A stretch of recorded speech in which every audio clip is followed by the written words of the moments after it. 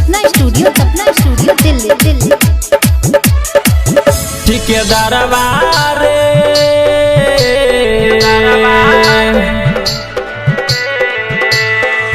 ठेकेदारवा रे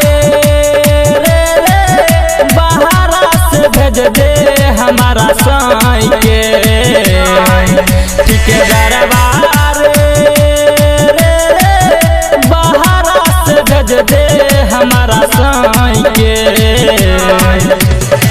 ओकरा बिना नींद न लागई, रात भर अखियां जागई, सुतबई पकड़ के ओकरा बाही के रे। ठेकेदारवा रे बाहरा से भेज दे हमारा साई के। ठेकेदारवा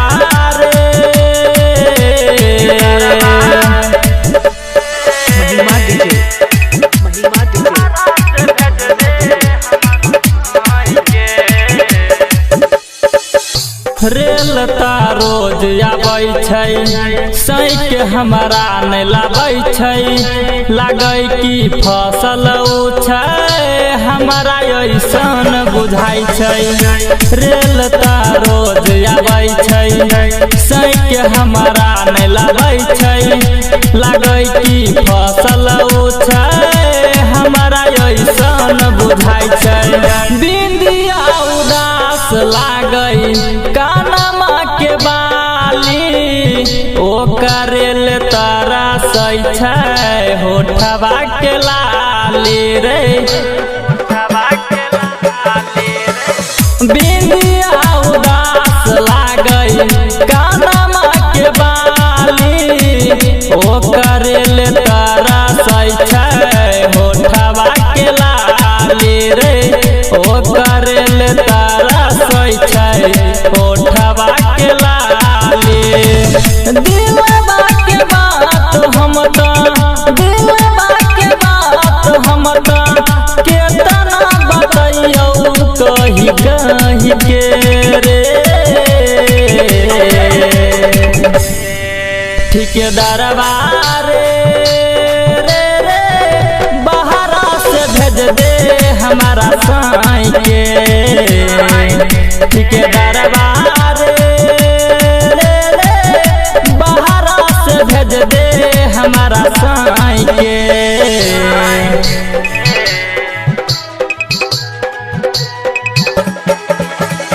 महिमा डीजे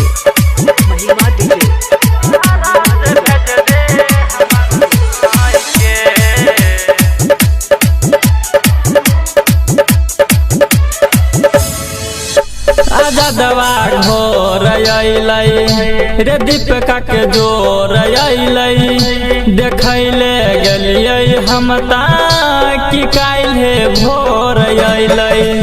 मुनीलाल घोर अइलै, लछनमा के जोर अइलै, देखैले गेलियै हम कि काल्हे भोर अइलै।